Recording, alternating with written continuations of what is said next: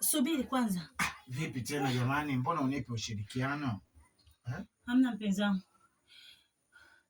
Iko unachokihitaji utakipata tu. Wala usiwaze. Subiri dakika moja. Unanikata bana.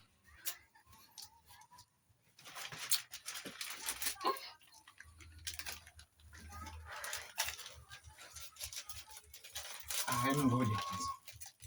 Mbona sikuelewi nini tena? Mpenzi wangu, hichi ni kipimo. Kipimo cha nini?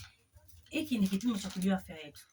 Na mimi na wewe hatujaye kupima hata siku moja. Na leo ndo kwanza mara yetu ya kwanza.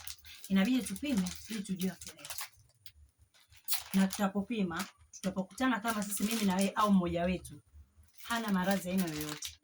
Maana tunashauriwa kupima kila baada ya miezi mitatu.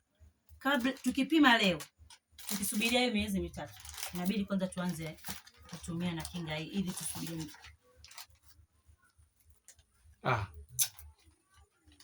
Hizo habari gani sasa tena unaniletea? Wewe afya hii unavyoiona afya hii mimi naweza nikawa na maambukizi mimi? Au wewe hivyo ulivyo unaweza ukawa na maambukizi?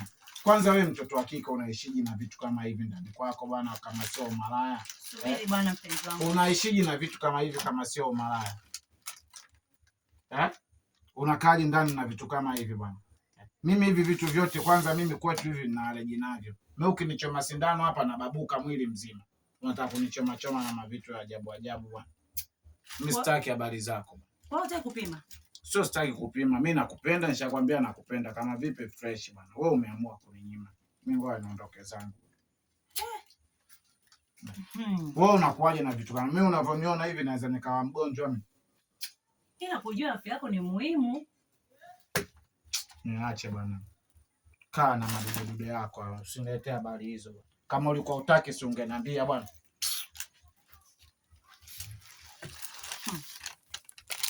Kwa kweli.